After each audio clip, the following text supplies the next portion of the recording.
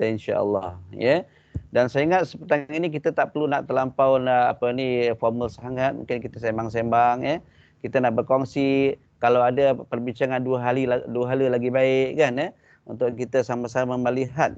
Sebab kita melihatkan kalau boleh sepanjang petang ini kita nak berkongsi, ya, bagaimana kita nak manfaatkan, ya, sisa-sisa yang ada dalam bulan Ramadan yang ada, yang dalam diam-diam dah 1/3 daripada fasa yang pertama dah pun berlalu. Dan sebelum tu saya ingat petang ini semua dah bersedia ke agaknya? Kalau dah bersedia mungkin boleh dalam chat tulis nombor 1. Ya. Kalau dah bersedia dengan saya boleh tulis kat nombor 1 dekat chat. Ya. Okey, alhamdulillah. Okey, alright. Okey. Okey. Boleh kita sebelum kita nak tengok apa tuan-tuan bersedia, kalau boleh yang mana yang ada bersama dengan saya dalam setengah minit boleh buka kamera dulu ke? Sekejap.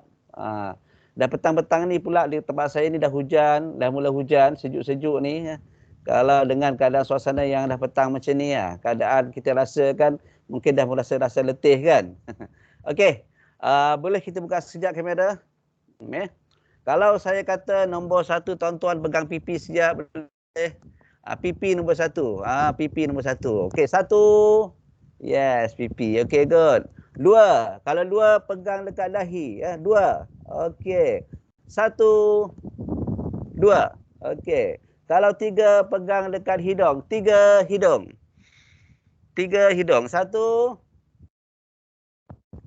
2, 3. Okey. Kalau 4, tuan-tuan tunjukkan kat kamera, buat macam ni. Tuju kat kamera. Boleh? Yeah. Okey. Are you ready? Okey, 1. Mana 1? Buat tuan-tuan buat. 1. Saya bagi arahan je. Okey, 2. 3. 4. 1. 3. 1. 4. Okey. Okey, tuan-tuan dan puan sekalian, insya-Allah nampak semua dah cergas dah, ya. Kalau kita dapat bersemuka lagi baik, soal lagi baik kan, kita boleh buat macam-macam aktiviti, sebelum kita nak mulakan aktiviti kita, supaya sama-sama kita dapat bersama dan berkongsi idea insya-Allah. Dan sebelum tu insya-Allah saya harapkan kepada saya dan juga tuan-tuan sekalian, jom dalam sejam ini kita tanamkan niat perkongsian ini untuk mencari redha Allah SWT. Perkongsian ini kita nak melihatkan dengan penuh keikhlasan. Mudah-mudahan dengan keikhlasan tuan-tuan dan puan-puan bersama dengan saya pada petang ini, malaikat tidak akan lupa untuk mencatat kebaikan-kebaikan dan kebaikan untuk diri saya dan tuan-tuan dan puan-puan sekalian. Mudah-mudahan apa yang kita lakukan ini akan menjadi amal-amal jariah kita bersama insya-Allah. Dan mudah-mudahan apa yang kita dapat peroleh pada petang ini kita boleh kongsikan dengan orang lain insya-Allah, tuan-tuan.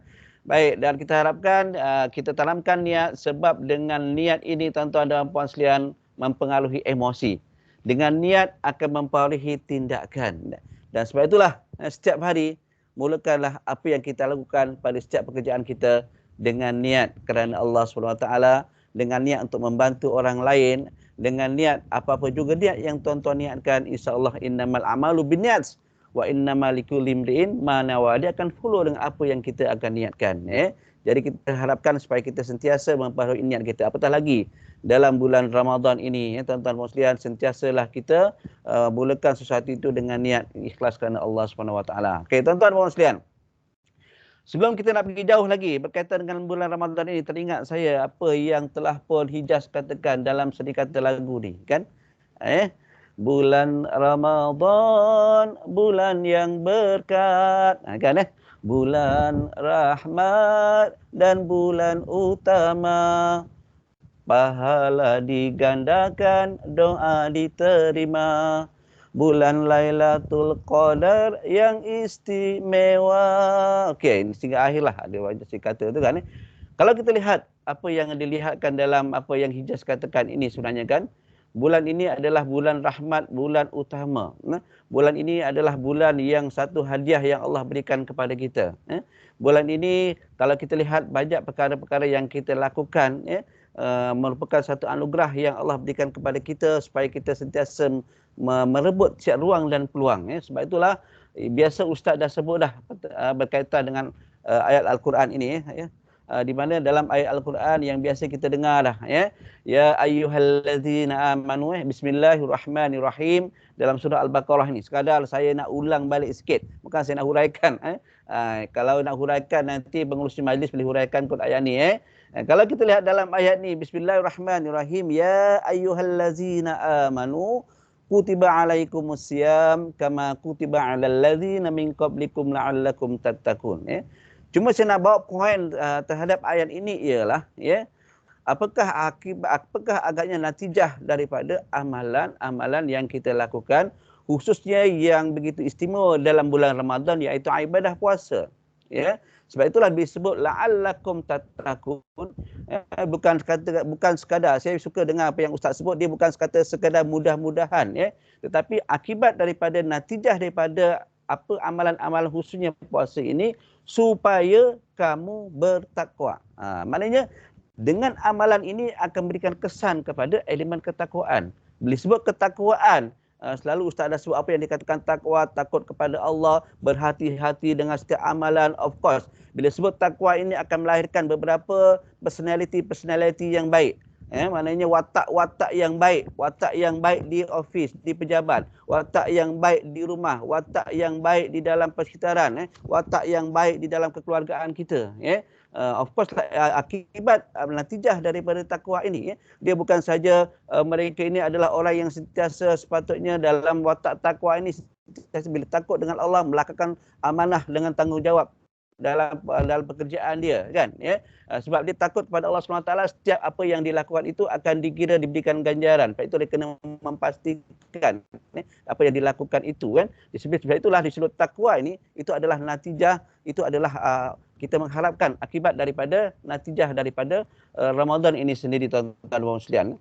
Dan kita nak fokus sebenarnya bila sebut takwa ini juga, dia ada banyak kaitan juga dengan elemen-elemen yang dikaitkan dengan psikologi. Ini baru kita nak masuk tuan-tuan dan puan sekalian Yang berkaitan dengan kita dah biasa dengar tentang takwa itu apa benda, perkara-perkara akibat daripada takwa. Sebab itulah kita kena mengisi setiap masa, detik dan ketika supaya kita mengambil setiap ruang dan peluang ini dengan amalan-amalan kebaikan. Dan di situ juga rupanya amalan-amalan yang kita lakukan itu ada kesan. Ramadan ini ada kesan kepada personality diri kita, ada kesan kepada pembentukan diri kita, ada kesan kepada perangai dan tingkah laku kita. Sebab bila kita kaitkan dengan psikologi, dia ada kaitan dengan tingkah laku. Dia ada kaitan dengan elemen-elemen yang dikaitkan dengan pemikiran, emosi dan tingkah laku. Sebab itu lebih sebut Ramadan ni, Ramadan Karim, ada kesan yang cukup besar dan bermakna kepada elemen-elemen psikologi itu sendiri. Dan sebab itulah dalam macam seperti mana yang pihak pengurusi nyatakan kepada saya tadi sebenarnya dalam kaunseling syar'i yang kaunseling Islam yang saya selalu ketengahkan berkongsi dengan sahabat-sahabat kan. Dalam kaunseling Islam satu elemen yang kita kena memberikan berkongsi intervensi kepada klien ialah berkaitan dengan amalan-amalan psikospiritual sebenarnya Dan bila sebut psikospiritual rupa-rupanya yang dikaitkan dengan situasi-situasi dalam bulan Ramadan, hasil yang dikaitkan dengan puasa itu sendiri banyak memberikan kesan kepada psikologi. Bila sebut spiritual, apa dia spiritual? Apa dia psikospiritual? Psikospiritual ini adalah gandingan di antara perkataan psikologi dan juga elemen spiritual. Apa dia elemen spiritual? Dalam kaunseling syar'i, kaunseling Islam kita selalu tekankan spiritual banyak dikaitkan kepada dua perkara, iaitu yang pertama amalan-amalan kerohanian. Bila sebut amalan kerohanian ini termasuklah puasa di dalam bulan Ramadan, puasa-puasa sunat, amalan-amalan kerohanian yang dikaitkan hubungan kita dengan Allah SWT yang secara khusus, berkaitan dengan solatnya, berkaitan dengan zikirnya, berkaitan dengan baca Qurannya. Dan satu lagi spiritual ialah yang dikaitkan dengan amalan-amalan sifat mahmudah atau sifat-sifat baik, sifat suka membantu orang lain, sifat yang suka menolong orang lain, sikap yang suka memberi dan bersedekah, sikap yang suka pemaaf, kesabaran yang tinggi, itu semua adalah beberapa yang dikaitkan dengan spiritual itu sendiri. Dan apa yang sangat menarik rupanya, apa yang Allah berikan amanah kepada kita sebagai seorang Muslim, amalan-amalan kerohani ini sebenarnya untuk kita sendiri, bukan untuk Allah. untuk kita sendiri sebab ia akan memberikan kesan besar kepada elemen psikologi. Ya. Rupa-rupanya solat yang kita lakukan ada kesan pada psikologi. Puasa yang kita lakukan ada kesan kepada psikologi. Ya. Zikir-zikir yang kita amalkan ada kesan kepada psikologi. Ya. Bacaan Quran yang kita amalkan ada kesan kepada psikologi. Yang pertama sangat jelas, semua apa yang Allah berikan kepada kita merupakan perkara-perkara yang diwajibkan kepada kita, bukan hanya sekadar wajib yang kita sudah sedia maklum, ya, dari segi elemen-elemen akidah, ibadah semua tu, tetapi rupanya ianya ada kesan kepada kehidupan kita seharian dari segi elemen psikologi.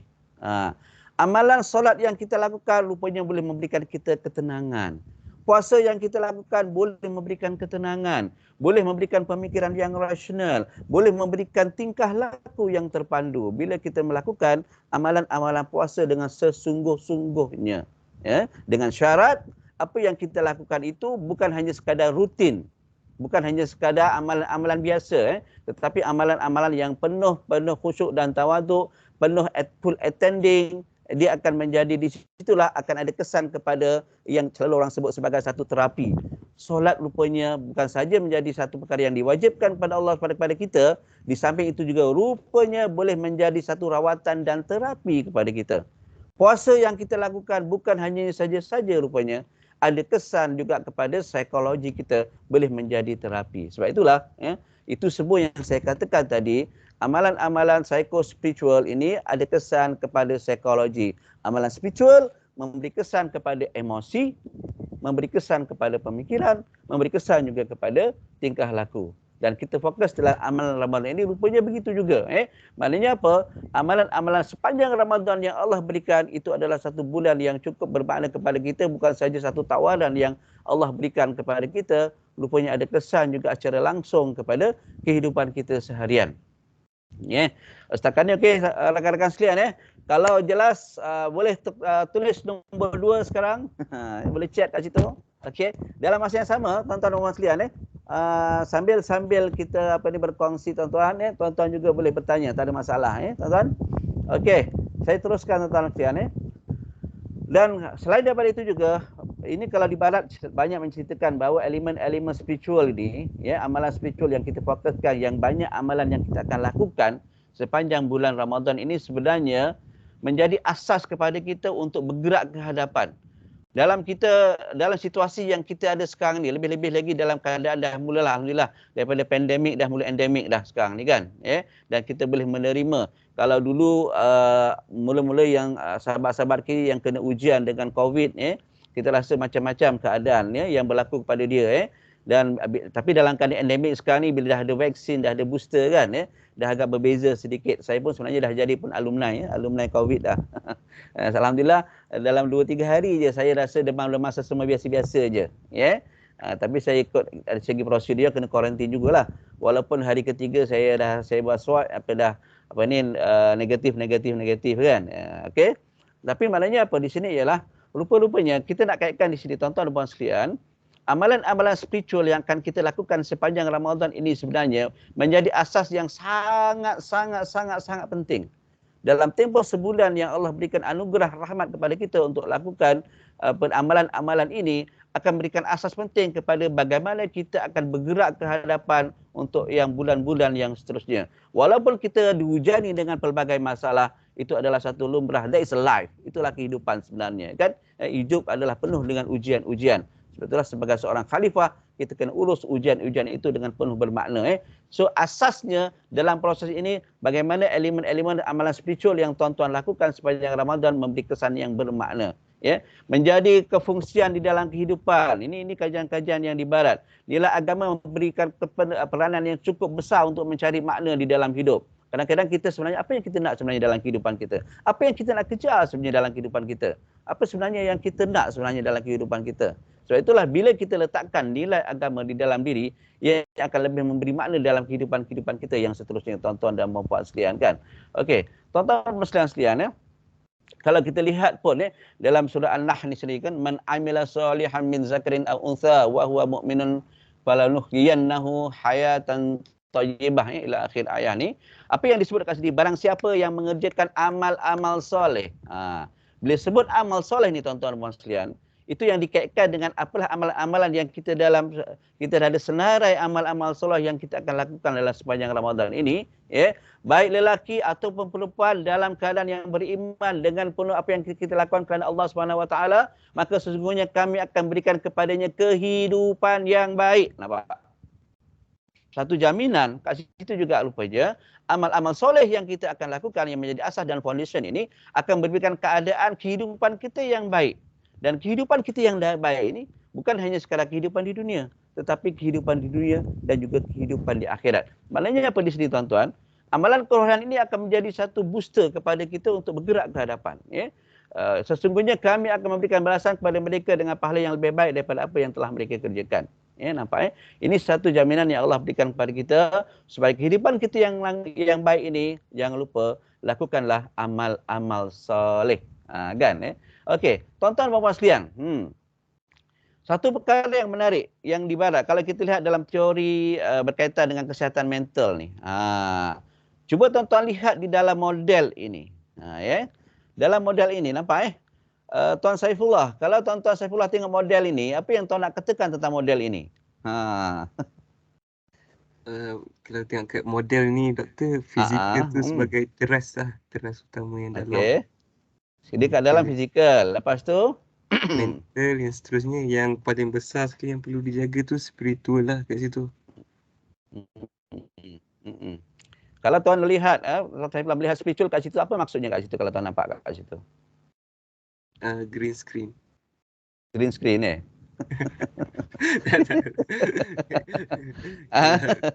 apa yang tuan nampak bila sebut spiritual kat luar tu, apa yang tuan nampak kat situ? Kemahuan lah doktor. Kemahuan Okey. Terima kasih tuan Baik. Ada pandangan lain ke? Bila kita lihat kat sini, ini model tentang kesihatan mental ni. Ada banyak model. Ini salah satu saya ambil daripada model kesihatan mental. Yang kita nak kaitkan dengan ibadah Ramadan ini sendiri sebenarnya sejak lagi. Ada pandangan lain tentang model ini? Apa yang tuan-tuan dan sahabat-sahabat nampak? Boleh buka mikrofon, tak apa, no problem. Kita berkongsi je petang ni Kita santai-santai je Ada pandangan lain? Wah, okey. Tak ada Ya. Berkaitan dengan spiritual ni lebih mengawal kepada emosi, mental dan juga fizikal tu sendiri. Okey, tepat tuan. Itu yang saya nak dengar tu. Terima kasih. Kalau kita lihat kat sini nampak elemen spiritual tu dia menjadi dominan kat situ sebenarnya. Dia ada kesan dan pengaruh kepada emosi, mental dan juga elemen fizikal. Maksudnya apa kat sini ialah rupa-rupanya elemen spiritual ini ada kesan kepada emosi. Amalan spiritual ini ada kesan kepada pemikiran. Amalan spiritual ini juga ada kesan kepada elemen fizikal. So sebab itulah betapa pentingnya rupanya amalan spiritual yang Allah berikan kepada kita untuk kita lakukan. Sebab ianya memberi makna kepada kehidupan kita sendiri. Untuk kesihatan mental ini juga, itu sebenarnya yang menjadi asas perkara-perkara lain. Kita faham bahawa kesihatan mental ni ada pelbagai tahap. Dan juga kalau kita kecelaruan mental satu lagi sulah ini kita nak supaya kesihatan mental kita sentiasa okey. Inilah di antara amalan-amalan mungkin harian yang kita kena lakukan. Kita bukan hanya berfokus kepada elemen fizikal semata-mata tetapi elemen spiritual itu menjadi asas yang ada kesan kepada emosi, mental dan juga elemen fizikal juga sahabat-sahabat saya mungkin of course lah daripada Tambang Haji sendiri kan, yang daripada unit counselling kan, bila kita memberikan intervensi kepada klien kita bila mencari alternatif. Selain daripada alternatif lain yang mungkin dalam ruang lingkup klien, jangan lupa. Apakah agaknya elemen spiritual yang boleh dia lakukan untuk menghadapi isu dan situasi ketika mana menghadapi masalah itu sendiri. Dan jelas juga dari segi Islam pun lagi sangat jelas. Kita ini adalah komponen pakej lengkap antara jasmani dan rohani. Dan jasmani dan rohani ini menjadikan manusia itu bertingkah laku dalam aktiviti. Dan dalam jasmani dan rohani, menurut Islam itu sendiri, kalau menurut Al-Ghazali itu sendiri, rupanya rohani ini mempunyai elemen sangat kuat yang mempengaruhi kepada kehidupan dan juga mendorong tingkah laku. Saya ulang balik, Rohani pengaruh cukup kuat kepada kehidupan kita dan rohani ini juga akan mendorongkan apa agaknya tingkah laku kita. Sama ada tingkah laku kita di rumah macam mana, sama ada tingkah laku kita di pejabat macam mana, sama ada tingkah laku di dalam masyarakat macam mana, sama ada macam mana adab kita semasa ber-WhatsApp dalam grup macam mana. Ini semua ada kaitan dengan sejauh manakah agaknya amalan-amalan, elemen-elemen kerohanian yang menjadi amalan kita. Sebab itulah jiwa soul mempunyai pengaruh besar terhadap fizikal dan tingkah laku. Dan dalam jiwa itu sendiri banyak dikaitkan dengan elemen yang dikaitkan dengan hati. Kan? That's why ada amalan-amalan hati. Hati yang menjadi raja di dalam kehidupan kita. Amalan-amalan spiritual ini yang kita lakukan sebenarnya nak membentuk raja kita supaya baik di dalam hati kita. Bila raja kita baik, kita akan mengarahkan kepada emosi supaya emosi yang baik-baik. Bila raja kita baik, kita akan mengarahkan kepada pemikiran-pemikiran yang positif. Bila raja kita baik, mengarahkan tingkah laku kita dalam kehidupan kita adalah tingkah laku yang baik. Itu secara umum yang maknanya betapa kesan kepada elemen-elemen spiritual memberikan kesan besar di dalam kehidupan kita seharian, tuan-tuan dan sekalian. Okey. Dan bila kita lihat dalam bulan Ramadan ini sebenarnya, tuan-tuan, dalam bulan Ramadan, dan kita banyak kaitkan dengan dalam bulan Ramadan, satu ibadah yang paling besar ialah dalam ibadah puasa itu sendiri. Biasa dah orang sebut dah, Ramadan adalah bulan rahmat dan bulan tarbiyah. Allah berikan kepada kita banyak seolah satu reward Ramadan ni. Banyak reward yang Allah berikan kepada kita. Untuk apa? Supaya kita jangan mengabaikan, jangan mensia-siakan, jangan buat sesuatu yang merugikan. Itu yang kita harapkan. Sebab Allah bagi reward ni untuk kita ni. Maknanya supaya kita ni berlumba-lumba. Berlumba-lumba apa? Buat kebaikan sekecil-kecil kebaikan sampai ke sebesar-besar kebaikan. Sebab itulah yang dikaitkan bulan adalah bulan rahmat, pada puasa perkara sunat menjadi 10 kebaikan, dan juga banyak lagi yang Allah berikan beberapa hadis-hadis yang biasa Ustaz nyatakan kepada kita. Cuma yang saya pada petang ni hanya lebih bahas kepada elemen yang kita nak kaitkan bagaimana ada kaitan dengan elemen psikologi ni sendiri. Reward yang Allah berikan sebagai satu motivasi untuk kita sebenarnya, untuk diri kita, untuk membentuk diri kita personality. Sebab itu sangat rugi kalau kita membiarkan Ramadan berlalu begitu sahaja. Sebab itulah ketika mana saya teringat bila dalam tazkirah Ramadan, Ustaz kata yang ketika mana dia sebut satu hadis ketika mana tiba-tiba Rasulullah ketika turun daripada mimbar, tiba-tiba Rasulullah kata amin 3 kali. Kan? Di antara 3 perkara tu, antara bila sahabat tanya, antara yang ketiga tu, antara perkara tu ialah dikatakan apa? Rugilah orang-orang yang berada di dalam bulan Ramadan, dia sia-siakan, dia tak buat apa yang dia patut nak lakukan, dia tidak mengambil manfaat pada apa yang dilakukan dalam bulan Ramadan, maka rugilah orang-orang yang begini, maka Rasulullah pun katakanlah amin. Kalau saya silap betulkan Ustaz ni Hajah dan haji dan hajah sekalian. Ini saya dengar daripada tazkirah itulah. Maknanya kita kena mengambil manfaat supaya Ramadan ini adalah bulan yang sangat-sangat penting untuk nak membina diri kita sendiri. Bulan yang Allah hapuskan dosa-dosa kita. Kita mengharapkan kalau boleh sepanjang habis saja bulan Ramadan, seolah-olahnya kita seolah-olah seperti mana kain putih, seolah-olah seperti mana bayi yang baru lahir. Maknanya apa? Di situ kita mengharapkan begitu. Itu yang akhirnya kita makan supaya anda bertakwa apabila kita melakukan amal-amal sepanjang bulan Ramadan. Sebab itulah kalau kita lihat dalam bulan Ramadan ini, telah datang kepadamu bulan Ramadan, bulan keberkahan, Allah mengunjungimu pada bulan ini dengan menunaikan rahmat. Turun rahmat, hapus dosa, kabulkan doa. Setiap masa jangan lupa, di mana-mana sahaja doa tak semestinya berada di dalam selepas solat saja. Doa ketika mana tuan-tuan sedang memandu daripada tabung haji ke rumah masing-masing. Kau Hafiz kan? Doa ketika mana tuan-tuan berada di mana-mana sajalah. Apatah lagi selepas solat lah kan? Apatah lagi ada masa-masa yang makbul doa tu. Kita ambil ruang dan peluang ini sendiri. Tuan-tuan, dan yang jelasnya Ramadan ini adalah bulan puasa yang Allah mewajibkan kepada kita. Sebenarnya bukan apa kalau kita lihat kat sini. Ini adalah bulan untuk kita nak membentuk diri kita sendiri, tuan-tuan dan puan-puan sekalian. Baik. Sebenarnya saya katakan amalan Ramadan akan memberikan natijah supaya kita melahir diri kita adalah insan-insan yang takwa. Insan-insan yang punya personality hebat. Insan-insan yang mempunyai jati diri yang hebat. Insan-insan yang mempunyai kesabaran yang tinggi. Insan-insan yang mempunyai visi dan visi yang besar. insan-insan yang sentiasa memanfaatkan kehidupan dia untuk ummah dan masyarakat. Insan-insan mempunyai rasa tanggungjawab yang tinggi, ya. Insan-insan yang takut, yang sentiasa dekat dengan Allah Subhanahu Wa Taala. Insan-insan yang sentiasa berhati-hati, memastikan supaya dia tidak pergi kepada perkara-perkara yang merugikan dia, seolah-olah macam berada ketika mana Rasulullah ditanya, apakah itu takwa? Pagi tadi ada dengar satu tazkirah, dia kata apa? Takwa itu seolah-olahnya kita berada dalam duri yang ditabur, ya. Kita berhati-hati supaya kita tidak terpijak pada duri itu, kan. Ini di antara beberapa insan-insan untuk memastikan kehidupan kita sentiasa terpandu dan dalam lingkungan syariat Allah SWT. Sebab itulah, bila sebut Ramadan ini adalah kita mengharapkan untuk melahirkan takwa. Ramadan adalah satu proses pembentukan personaliti memulai tabiat kebiasaan.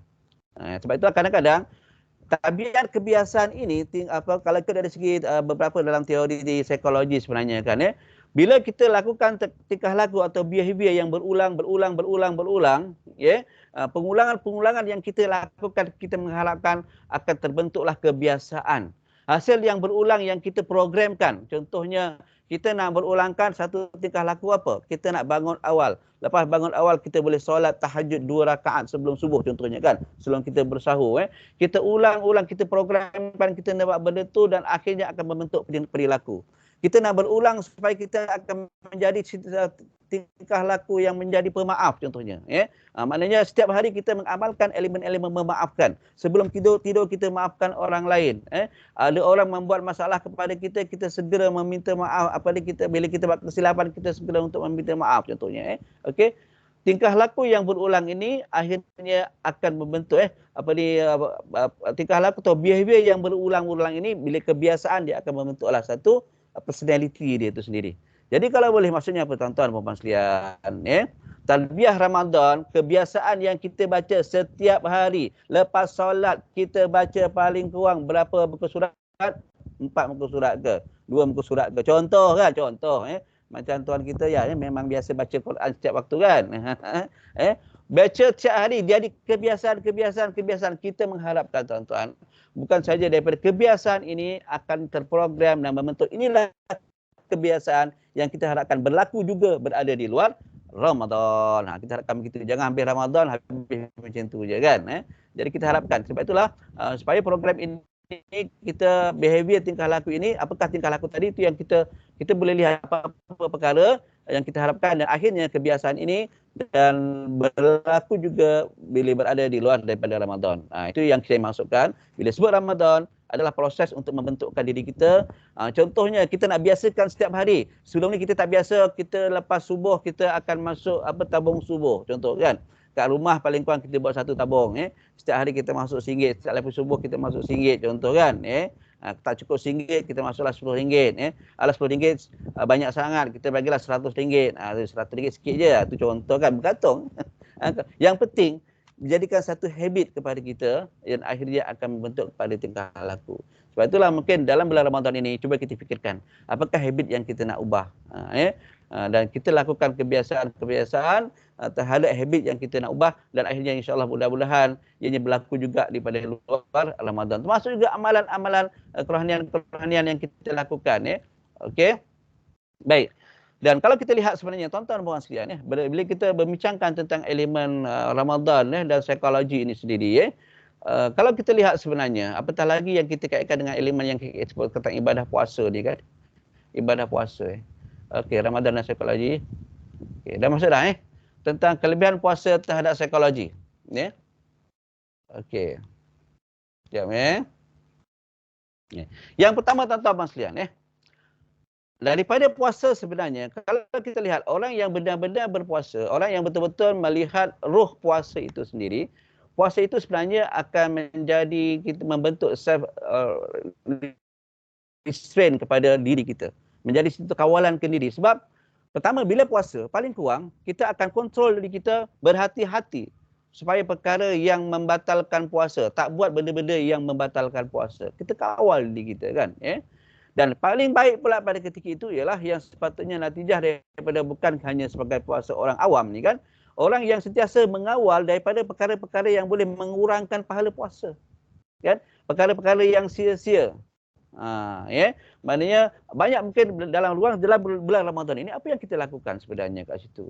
Maka di situ sebenarnya tak secara langsung bila kita melakukan puasa dan juga melaksanakan ibadah puasa dengan sebenarnya, untuk kita sebagai satu perisai kepada kita, sebagai satu junnah kepada kita, kita kontrol diri kita daripada perkara-perkara yang boleh mengurangkan pahala puasa.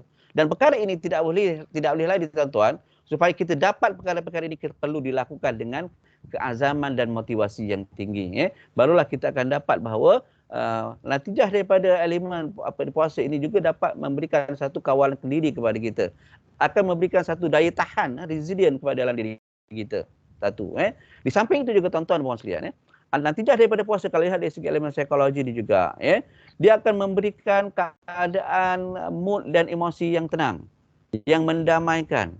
Rupa-rupanya ada beberapa kajian yang saya juga ada terbaca tentang kajian-kajian ini, puasa ini dah boleh mengurangkan kadar stres, boleh mengurangkan kadar anxiety dan juga elemen-elemen kemurungan.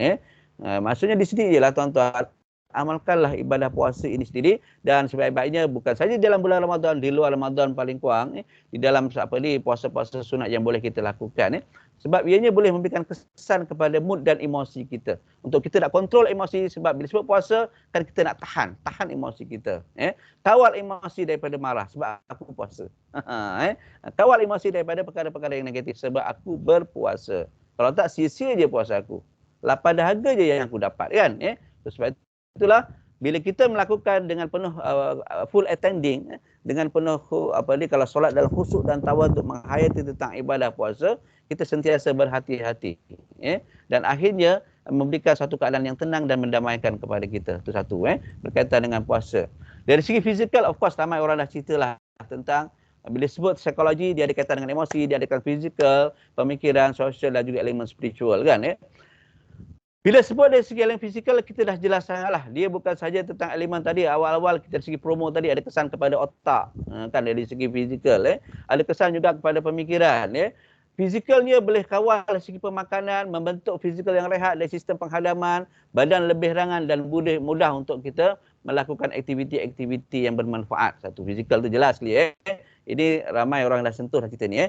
Kognitif ni juga. Kalau boleh sepanjang bulan Ramadan ini juga kita akan melakukan fokus latihan memori baca Quran, hafal. Bila kita dalam keadaan tenang, kalau dapatlah kita ada di dalam checklist kita yang untuk kita lakukan ialah apakah agaknya surah yang kita nak hafal. Sebab pada ketika itu juga dia akan memberikan latihan kepada kita dari segi fokus, dari segi memori, dan juga dari segi bila kita tenang, pemikiran juga akan memberikan kita lebih lapang, dan kita akan pada ketika itu akan lebih full attending dalam melakukan sesuatu. Dan dari segi elemen sosial sangat jelas kat sini sebenarnya rakan-rakan sekalian, kan. Apa yang kita lakukan bila sebut sosial ni ataupun yang dikaitkan dengan support system, dia sangat penting dalam kehidupan kita seharian. Kita tidak boleh hidup bersendirian. Orang yang hebat, orang yang sentiasa tenang dalam hidup dia mempunyai support system yang kuat. Support system pertama ialah hubungan dia dengan Allah SWT, itu sangat jelaslah tuan-tuan. Support system yang kedua ialah beberapa elemen-elemen orang yang sangat dekat dengan kita. Orang-orang yang sangat hampir dengan kita. Daripada bila sebut sosial ini sebenarnya, bila kita melakukan dalam ibadah Ramadan ini sendiri, Rasulullah SAW sangat menggalakkan kepada kita untuk kita sentiasa mengulurkan sedekah. Kenapa? Sebab apa? Bila kita sentiasa memberikan amalan sedekah itu sendiri, antaranya memberikan kesan untuk meningkatkan empati. Kita memahami kesusahan orang lain. Kita cuba untuk memudahkan tugas dan juga untuk membina hubungan dengan orang lain. Dengan amalan-amalan sedekah dan zakat, kita sentiasa mengeratkan silaturahim. Melalui solat jemaah sebenarnya ada kekuatan. Solat jemaah itu adalah salah satu elemen, sebenarnya satu elemen support system yang cukup hebat. Solat tarawih, budaya untuk memberi, kadang-kadang petang-petang kita suka kalau beli dekat bazar Ramadan kita beli lebih, satu bagi kepada jiran sebelah, kan. Budaya-budaya ini sebenarnya memberikan satu kekuatan dan juga kepada kita elemen support sosial yang tinggi kepada kita sendiri sebenarnya.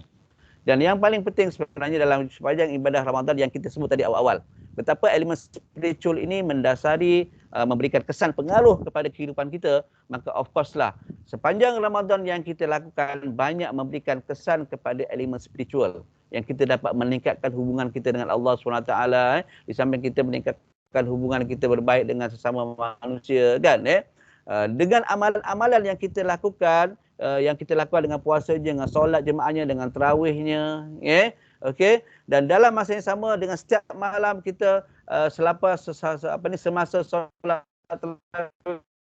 Allahumma innaka afuwun karim tuhibbul afwa fa'fu anna, kan minta mohon ampun kepada Allah Subhanahu Wa Taala, bulan pengharapan, bulan untuk kita memohon keampunan Di dalam bulan ini juga kita sebagai satu latihan untuk kita membuang sifat-sifat mazmumah di samping kita mengamalkan sifat-sifat mahmudah. Buang sifat yang buruk dan masukkan kepada sifat-sifat yang baik kepada diri kita sendiri Itu kita nampak betapa sepanjang Ramadan yang kita lakukan ada kesan kepada emosi, fizikal, kognitif, sosial, spiritual di dalam kehidupan kita seharian So, kita ada lagi lebih kurang dalam 10 minit dengan saya lagi tuan-tuan Yang penting di sini. Apa yang patut kita nak lakukan? Apakah strategi bertindak yang biasa kita lakukan untuk kita memastikan bahawa kita akan mendapat natijah, elemen-elemen yang kita kaitkan, elemen spiritual memberikan kesan kepada elemen psikologi kita So kita teruskanlah dengan amalan-amalan yang biasa tuan-tuan lakukan Cuma saya sekadar nak menggariskanlah beberapa perkara yang biasa tuan-tuan lakukan. Saya sekadar nak strukturkan balik semula tuan-tuan. Yang pertama tuan-tuan dan sekalian setiap malam kita akan berniat niat. Dan kalau boleh sebaik-baiknya kepada kita, niatlah dengan penuh sedar dan segar. Apa maksud sedar dan segar ni? Niat dengan full attending. Dengan penuh rasa apa yang aku nak buat esok. Contohnya katakan malam-malam sebelum kita dah berniat tu kan sebaik-baiknya sebelum niat tu nak supaya jadi full attending ni kan ada kaitan dengan mindfulness ni kan, minda ketara segar ni kita sebelum kita niat sebaik-baiknya lah kita tarik nafas dulu, relax macam kita relax sikit, tarik nafas, tahan dan lepaskan. Contoh ni kan relax, tarik nafas dan lepaskan. Yang penting dalam keadaan tenang dan segar. Lepas solat tu memang dah dalam keadaan tenang dan segar. Tak ada masalah. Tak perlu nak tarik nafas, lepas nafas. Tak masalah. Kan? Yang penting kita nak betul-betul dalam keadaan full attending. Dan kadang-kadang supaya kita tidak dalam keadaan emosi kita yang tidak stabil ataupun kita nak kerja-kerja apa kan. Kita nak berniat dengan penuh kesegaran dan kesedaran. Tarik nafas, lepaskan. Barulah kita kata, barulah kita niatkan ya Allah. Kan saja aku puasa esok hari kerana menunaikan pada bulan Ramadan kerana Allah Ta'ala. Kita kaitkan niat, ya Allah, ya Tuhan kami. Ya Allah, aku nak puasa dengan penuh berkualiti esok, ya Allah. Apa yang kita nakkan esok? Aku nak lakukan dengan penuh, aku nak kena pastikan bahawa setiap hari aku kena pastikan, aku kena kawal diri aku supaya aku tak marah. Contoh. Apa lagi yang kita nak? Aku nak supaya setiap masa esok aku nak lakukan semua solat-solat qabliyah dan ba'diyah aku nak buat. Apa lagi? Aku nak lepas solat, aku nak buat apa lagi? Kalaulah dapat, ya Allah, berilah kekuatan kepada aku untuk aku nak melakukan amal-amal sepanjang Ramadan ini, ya Allah. Maknanya kita niat dan doa dengan penuh sedar dan segar. Tuan-tuan sudah memaklumkan, pada ketika itu tuan-tuan sudah memasukkan maklumat itu di dalam sistem kita punya sebenarnya doa-doa yang kita lakukan. Kita sudah memprogramkan di dalam minda bawah sedar kita sebenarnya kat situ. Dan akhirnya akan memberikan kesan dan tidak akan tingkah laku kita kepada keesokan harinya. Sebab itulah bila kita niat dengan penuh sedar dan segar ini, yakinlah innamal a'malu binniyat wa innamal likulli imri'in ma nawa, dia akan follow mengikut apa yang kita niatkan. Esoknya kita nak niat lagi pun tak apa. Setiap masa kita niat dan doa lagi pada Allah SWT pun tak ada masalah. Supaya kita sentiasa sedar dan segar terhadap apa yang kita lakukan. Sebab itulah niat itu menjadi asas. Sebab itulah kadang-kadang dalam kehidupan kita seharian pun saya untuk tuan-tuan dan puan sekalian pun sahabat-sahabat saya dekat Unit Counseling, tahulah saya tinggal kat Bandar Baru Bangi. Rumah saya dekat Bangi, kemudian tempat kerja saya dekat Tanjung Malim, lebih kurang 120 km pergi, 120 km balik kan taklah jauh sangat kan berbanding dengan sahabat-sahabat kita yang kerja dekat tabung haji dekat KL kan. Kalau rumah haji dekat KL juga kan. Okey tuan-tuan. Okey. Di mana kekuatan saya? Agaknya stres ke tak stres dalam bila menghadapi dalam perjalanan yang macam-macam dengan traffic jam dengan keadaan yang mungkin macam-macam isulah dalam perjalanan tu sendiri kan, penatnya kan Itu maknanya itu adalah satu bagi saya kalau tak stres tu tak normal tuan-tuan dan puan sekalian kan So di mana rahsia saya di sini? Sebenarnya antara rahsia saya supaya sentiasa okey, antaranya ialah berkaitan dengan niat ini sendiri sebenarnya Berkaitan dengan niat ini sendiri tuan-tuan. Okey.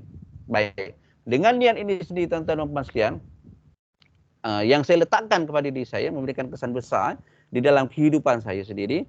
Dan apa yang saya niatkan dalam seharian, dalam pemanduan saya niatkan mudah-mudahan apa yang saya nak lakukan pada hari ini, saya niatkan kerja saya sebagai satu ibadah, saya niatkan juga hari ini saya nak membantu orang lain, kan dan juga beberapa perkara-perkara yang saya niatkan. Ini menjadi satu momentum kepada kehidupan saya di dalam proses pemanduan saya dan ketika mana seharian yang saya lalui. Itu satu momentum kepada saya lah. Sebab itulah niat dan doa dengan sedar dan segar, satu.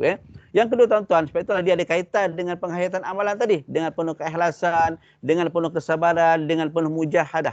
Dengan penuh sungguh-sungguh tu. Satu. Itu yang pertama. Di samping itu juga tuan-tuan puan sekalian, kita selalu kalau bekerja, kita berialah buat beberapa checklist nak buat esok nak buat apa, minggu ni nak buat apa, kan?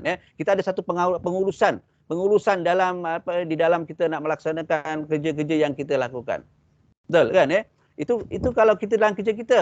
Kenapa di dalam bulan Ramadan ni kita tak buat pengurusan yang macam itu juga?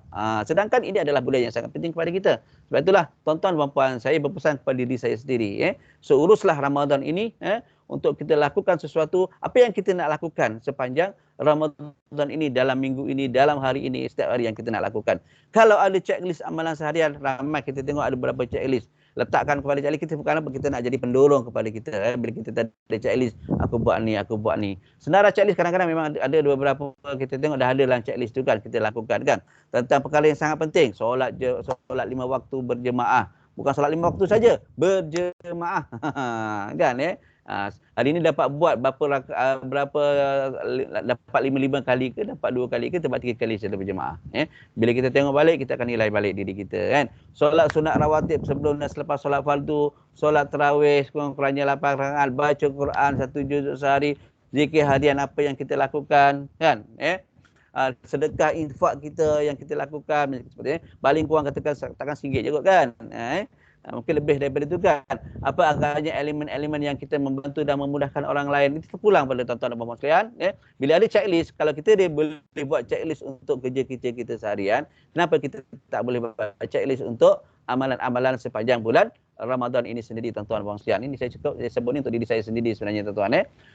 Dan kemudian tuan-tuan dan puan-puan sekalian, beberapa perkara-perkara yang lain boleh kita lakukan. Sekecil-kecil perkara hingga sebesar-besar perkara yang berkaitan dengan sifat-sifat mahmudah ataupun amalan positif, lakukanlah. Datang masuk ke office, jumpa orang, bagi salam, senyum ke orang. Simple-simple itu kan. Senyum ke orang, memudahkan kerja kawan-kawan dekat office tu. Menghadapi mungkin kita rasa tiba-tiba kita rasa tiba-tiba kita dapat konflik pula dengan bos. Alhamdulillah. Aku sedang puasa, Allah sedang uji aku. Kan alhamdulillah, sebulah alhamdulillah. Maknanya apa-apa perkara, biasakan amalan-amalan positif tu kan. Walaupun sekecil-sekecil perkara, menolong orang lain, memaafkan, bangun awal pagi, ibadah secara konsisten, apa-apa yang kita lakukan, biasakan kebiasaan itu dengan amalan-amalan positif, lakukan walaupun sekecil-kecil perkara, sampailah apatah lagi yang sebesar-besar perkara kan. Satu. Di samping itu juga apa yang kita selalu buat tentang sistem sokongan ini, mantapkanlah sistem kekeluargaan tuan-tuan. Keluarga di mana? Bukan saja keluarga di rumah, tetapi keluarga juga di dalam organisasi. Tuan-tuan, dalam organisasi inilah, maknanya di sinilah mungkin dalam bulan Ramadan ini tuan-tuan dan puan-puan sekalian, ini bulan yang sangat cantiklah untuk membuang yang keruh, ambil yang jernih. Apa agak-agaknya mungkin saya yakin sahabat-sahabat saya di unit kaunseling pun penuh dengan aktiviti sepanjang Ramadan. Tak lain dan tak bukan sebenarnya dia nak memantapkan sistem di dalam organisasi supaya kita adanya kejelekitan, supaya kita ada team building, supaya kita ada maknanya isu-isu supaya bekerjasama di antara satu sama lain. Begitu juga bila kita berada di rumah, ini di antara beberapa perkara masa bulan inilah bulan yang sangat cantik untuk kita nak melakukan perubahan. Tak kisahlah melalui tadarus ke, buka puasa ke, sahur ke, iktikaf ke, tadarus dekat office pun boleh buat secara Google Meet pun kan. Tak semestinya nak bersemuka kan. Mungkin kita boleh aturkan yang berbentuk begitu, bersemuka boleh, secara hybrid pun boleh. Okey. Kemudian of course lah di dalam sistem keluarga itu sendiri kita ada beberapa yang biasa kita lakukan dalam bulan Ramadan, tadarus, buka puasa, sahur, iktikaf dan lain-lain lagi. Okey. Dan of course lah tuan-tuan dan puan-puan, bila kita berada pada malam yang terakhir itu adalah ruang dan peluang yang terakhir. Tak bolehlah dia tuan-tuan, kena mujahadah sungguh-sungguh nak kat sini. Kena struggle sungguh-sungguh untuk kita mendapatkan 10 malam yang terakhir. Apatah lagi kita nak mencari malam Lailatul Qadar itu sendiri tuan-tuan. Dan satu lagi tuan-tuan dan puan sekalian, di dalam bulan Ramadan ini kita mengharapkan supaya kita sentiasa melakukan introspeksi diri. Kita membuat penilaian ke diri. Kita sentiasa memuhasabah diri. Sebaik-baiknya kalau boleh, setiap malam kita cuba lihat apa yang aku buat hari ini. Bagaimana kualiti puasa aku hari ini? Kita cuba tanya diri kita sendiri. Apa maksud muhasabah? Menilai dan strategi bertindak. Bukan saja nilai saja, kita letak dekat lahir kita nilai saja. Tapi apa strategi bertindak untuk esok? Maka kita kena lakukan pula. Apa esok yang aku nak buat pula? Apa benda yang aku nak memperbaiki? Dan itu maknanya kita kena, kalau dapat kita lakukanlah setiap malamnya untuk kita lakukan introspeksi diri ataupun penilaian ke diri, muhasabah kepada diri kita sendiri. Tuan-tuan sekalian, dan last kali kat sini tuan-tuan dan puan sekalian. Okey, yakin, boleh dan lakukan. Maknanya apa tuan-tuan? Just do it, buat dan buat. Walaupun halangan-halangan kita, kadang-kadang kita rasa alam banyak beratnya. Bila kita fikir benda itu adalah baik, jangan fikir. Just do it, buat. Terus je buat. Kita kalau pada ketika itu kita seolah-olahnya tuan-tuan dan puan sekalian, ada satu button yang berwarna hijau, yang button mencari redha Allah. Satu lagi kerana nafsu kita kan. Satu lagi button warna merah. Bila kita tengok benda itu adalah baik, tekan je button tu seolah-olahnya. Kita nak mencari redha Allah, just buat. Wasari'u ila maghfirah. Segera kita memohon keampunan, segera kita lakukan kebaikan-kebaikan. Jangan kita bertanggung kejap lagi lah. Kejap lagi lah, itulah jadi kejap lagi, jadi sejam, 2 jam sampai esok tak buat-buat juga akhirnya. So maknanya apa tuan-tuan dan sekalian, apa yang kita lakukan, terus je lakukan, yakin boleh dan lakukan, dan lakukan, dan lakukan. Masih lagi kita rasa tak berkualiti, jangan fikir lagi, lakukan lagi. Bila kita lihat ketika mana sahabat bertanya kepada Ya Rasulullah, sahabat ini dia ni lakukan solat tapi masih lagi melakukan benda-benda maksiat. Apa Rasulullah kata? Solatlah lagi. Kan maknanya buat dan buat. Itulah poin dia kat situ tuan-tuan dan puan sekalian. So, saya harapkan tuan-tuan dan puan sekalian, untuk diri saya sendiri, sekecil perkara atau sebesar perkara kita lakukanlah untuk memberi manfaat, untuk kita memberikan kekuatan kepada diri kita, dan akhirnya dengan kekuatan hasil dalam kekuatan spiritual ini berikan kesan kepada emosi, pemikiran dan tingkah laku kita. Jadi saya doakan kepada tuan-tuan sekalian, semoga dalam bulan Ramadan ini sendiri sebenarnya apa yang kita bincangkan pada petang ini, saya rasa dah pun 3:29. Ada 1 minit lagi masa dengan saya. Mudah-mudahan apa yang kita berkongsikan pada petang ini memberikan manfaat kepada kita. Mudah-mudahan kita akan terus mengambil iktibar sepanjang bulan Ramadan ini untuk melakukan kebaikan-kebaikan dan kebaikan insya-Allah. Saya rasa itu sajalah. Okey Ustaz, apa ni tuan? Berkaitan dengan perkongsian kita pada hari ini, saya rasa itu saja. Saya minta maaf sepanjang perkongsian ini. Mudah-mudahan memberi manfaat kepada kita bersama insya-Allah. So itu saja. Saya serahkan balik kepada pengurusi majlis insya-Allah. InsyaAllah. Alhamdulillah Doktor di atas penerangan sebentar tadi. Doktor, tapi ada satu soalan ni yang saya dapat. Sebelum tu kami sebenarnya tak nampak gambar doktor sebenarnya. Cuba doktor. Ya ke? Dia tapi terputus di tengah jalan tadi. Okey. Nampak tak? Nampak. Saya cuma nak keluar daripada share ni kat mana? Nak keluar share. Doktor tekan balik kat bahagian share yang doktor tekan tadi tu.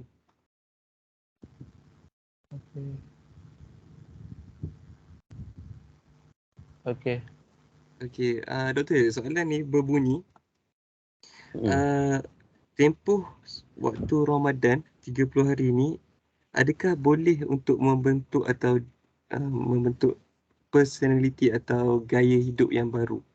Cukup ke waktu dia, doktor? Okey, kejap Stop share. Dah stop sharing dah Dah. Okey. Tuan-tuan puan sekalian, insya-Allah dalam bulan Ramadan ini, bila kita lihat bila sebut proses untuk membentuk diri, yakinlah maknanya proses kebiasaan ini sebenarnya bila kita lakukan dengan yang saya sebut tadi kan, puasa banyak dikaitkan dengan amalan-amalan kebiasaan untuk kita nak membentuk diri. Dan insya-Allah rasanya dengan tempoh yang Allah berikan selama 30 hari itu sendiri sebenarnya sangat memberi makna bila kita lakukan perkara-perkara kebaikan secara berterusan, secara dengan penuh. Yang penting lakukan dengan penuh sedar dan segar.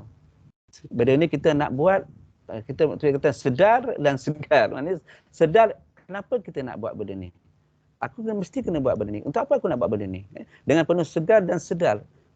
Maknanya kadang-kadang perubahan-perubahan itu tak semestinya dalam masa 30 hari sebenarnya pun. Kan? Kalau dalam masa, kadang-kadang dia mengikut setiap orang itu bila dia mempunyai satu mujahadah yang sangat tinggi, satu kekuatan yang sangat tinggi yang kat situ, insya-Allah pada ketika itu bukan saja dalam tempoh 30 hari sebenarnya. Sebelum daripada tempoh itu pun insya-Allah kita akan merasa lebih selesa, kita merasa nikmat, kita merasa kelazatan dalam melakukan amal-amal yang kita lakukan, dan akhirnya insya-Allah akan berlakulah perubahan dalam bulan-bulan yang seterusnya. Dan apatah lagi kebiasaan-kebiasaan yang kita lakukan ini, contohnya yang berkaitan dengan puasa ini sendiri yang kita katakan tadi ada memberikan kesan kepada elemen psikospiritual itu, kita lakukan juga di dalam bulan puasa, di luar daripada Ramadan. Dengan 6 hari di bulan Syawalnya, kita masih lagi dengan tempoh itu, dan kemudian dalam setiap yang masa-masa yang lain lagi, yang di dalam hari-hari yang lain lagi, dalam Isnin Khamisnya lagi yang kita lakukan kan, itu akan berikan kesan juga kepada kehidupan kita. So yang penting tadi yang saya katakan tadi, pertama apa yang kita nak buat kita kena jelas apa yang kita nak lakukan, apa perubahan yang kita nak lakukan, dan kita lakukan dengan penuh segar dan sedar, dengan kesegaran, dengan kesedaran, dan dalam masa yang sama juga kita mohon kepada Allah SWT supaya memberikan kekuatan kepada kita, supaya kita sentiasa istiqamah dengan amalan-amalan ini, okey. Dan yang paling penting juga apakah matlamat dan niat kita. Apakah matlamat dan niat kita? Bila kita buat sesuatu itu, letakkanlah niat kita yang sangat jelas. Sebab innamal a'malu binniyat kan, wa innamal likulli imri'in ma nawa, dia akan follow. Dia akan menjadi seolah-olah satu booster kepada kita untuk membuatkan satu tingkah laku dan tindakan. Kalau kita lihat pun kadang-kadang sahabat-sahabat kita yang saya ingat yang orang yang nak berhenti merokok kadang-kadang, ada tingkah laku itu contoh kan. Ada orang yang nak berhenti daripada hisap dadah contohnya kan. Ada yang beberapa kes-kes tertentu yang bila dia penuh sedar yang dia nak lakukan, tapi of course lah bila nak lakukan dia ada kesan-kesan tertentu pada diri dia. Dia ada dugaan-dugaan yang ada pada diri dia. Of course lah pada ketika itu yang pertama lakukan dengan penuh mujahadah dan sungguh-sungguh, dia sanggup menghadapi cabaran ketika mana menghadapi keadaan-keadaan itu. Orang yang biasa merokok satu hari satu kotak kan, tiba-tiba dia nak ubah memang of course lah dia akan merasa ketidakselesaan dari segi elemen fizikal dan biologi dia contoh kan. Maka itu yang dikatakan mujahadah, sanggup menghadapi cabaran-cabaran yang begitu. Okey. Mungkin itu di antara benda-bendanya lah. Maknanya itu yang saya katakan, lakukan dengan penuh mujahadah, lakukan dengan penuh istiqamah, bermula dengan niat yang sangat jelas, dengan segar dan sedar, dan kita lakukan secara riyadhah. Satu lagi ialah secara riyadhah. Apa maksud cara riyadhah ni? Lakukan secara bertahap. Katakan hari ini kita nak solat qiyamul lail, paling kurang kita dalam minggu ni kita start dengan 2 rakaat dulu pun tak apa. Kan? Barulah esok seterusnya kita akan tambah lagi kepada 2 rakaat lagi. Itu yang maksudnya cara riadah bertahap. Itu yang kita katakan supaya akhirnya akan memberikan kesan yang berterusan kepada individu itu sendiri insya-Allah. Okey Tuan, boleh menjawab soalan saya ke Tuan? Alhamdulillah sangat menjawab Doktor. Kalau dapat saya simpulkan di sini, yang pertama kita kena ada niat yang jelas dalam keadaan sedar dan segar. Dan yang terakhir mohon kepada Allah supaya kita sentiasa istiqomah. Jadi Alhamdulillah Doktor. Itu saja soalan yang saya dapat pada ketika ini. Jika ada lagi saya akan sampaikan kepada Doktor. Boleh Doktor? InsyaAllah boleh. InsyaAllah. Baiklah. Boleh juga, boleh PM tepi pun tak apa. Boleh PM tepi, no problem. No problem Doktor. InsyaAllah. Baiklah. Terima kasih Doktor di atas perkongsian yang sangat bermanfaat kepada kami warga TH. Jadi tanpa melengahkan masa, sebelum kita ke sesi yang seterusnya, akan dikongsikan di skrin bagi program untuk 20 April 2022. Unit Counselling ada program Let's Talk Mental Health daripada Dr. Ahmad Rostam bin Mat Zain yang bertajuk Ramadan dan Kesihatan Mental, Medan Melatih Kekuatan Psikologi. Jadi insyaAllah, save the date. InsyaAllah tuan-tuan, perempuan, haji-hajah, kita akan ada lagi program-program kaunseling yang seterusnya. Jadi, dengan kami akan mengumumkan pemenang bagi peserta terbaik bulanan bagi bulan Mac yang akan diumumkan oleh Dr. Mat. No, boleh Doktor? InsyaAllah boleh. Okey, baik. Kita perlukan drum roll ke Doktor? Okey. Okey.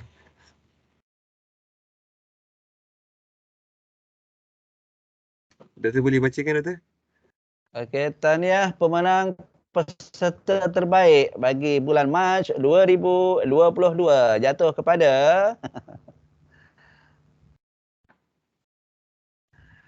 tahniah Puan Hajah Wan Nur Zarina binti Wakidi Kerani Kewangan TH Negeri Sabah. Tahniah kepada Puan Hajah Wan Nur Zarina binti Wakidi. Alhamdulillah, Alhamdulillah. Tahniah kepada Puan Hajah Wan Nur Zarina daripada Tabung Haji Negeri Sabah. Tahniah Puan. Bersama-sama kita juga pada hari ini kita ada Ketua Pegawai Modal Insan Puan Rina bersama kita. Assalamualaikum Puan. Terima kasih di atas sokongan daripada Puan. Jadi dengan pengumuman tersebut program kita hampir sampai ke hujung, tapi sebelum tu seperti biasa mohon Tuan Haji, Puan Hajah untuk onkan kamera kita mengambil gambar terlebih dahulu. Jadi saya akan tunggu dalam masa 30 saat. Sebentar. Okay, terima kasih, terima kasih. Baik, kita akan bergambar. Saya akan kira 1, 2, 3, senyum.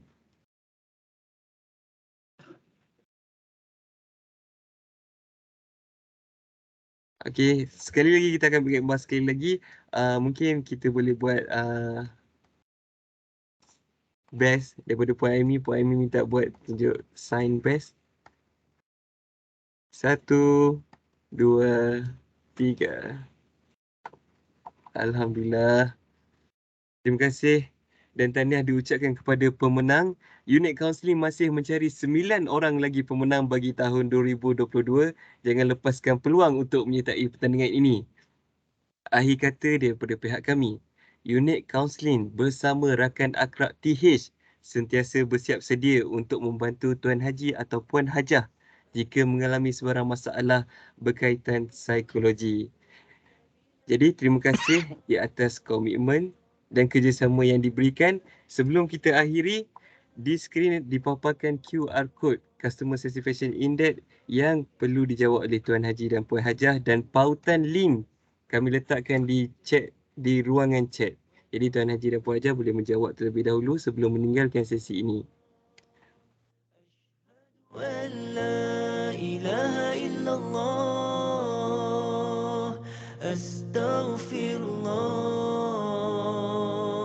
نسألك الجنة ونعوذ بك من النار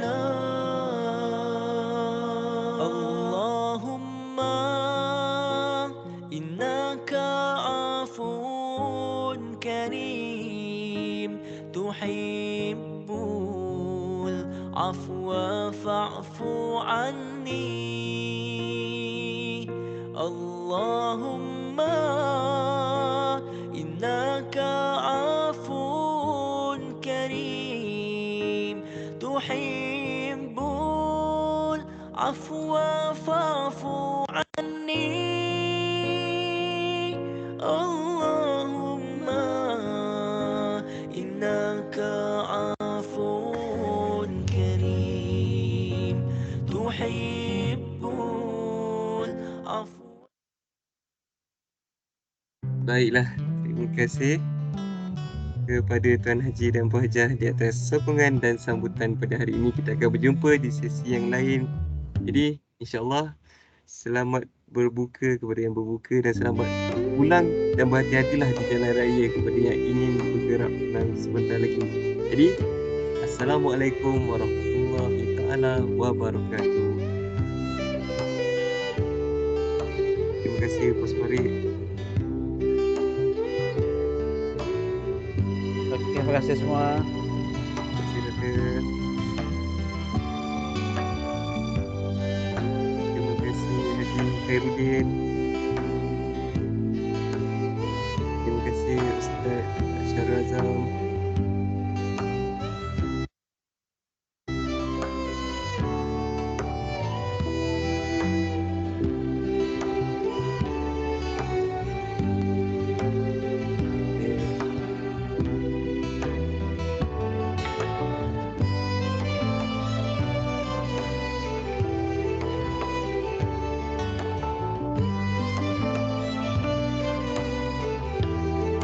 kasih Dad, terima kasih. Daniel Dad, terima kasih Ani. Barakallah.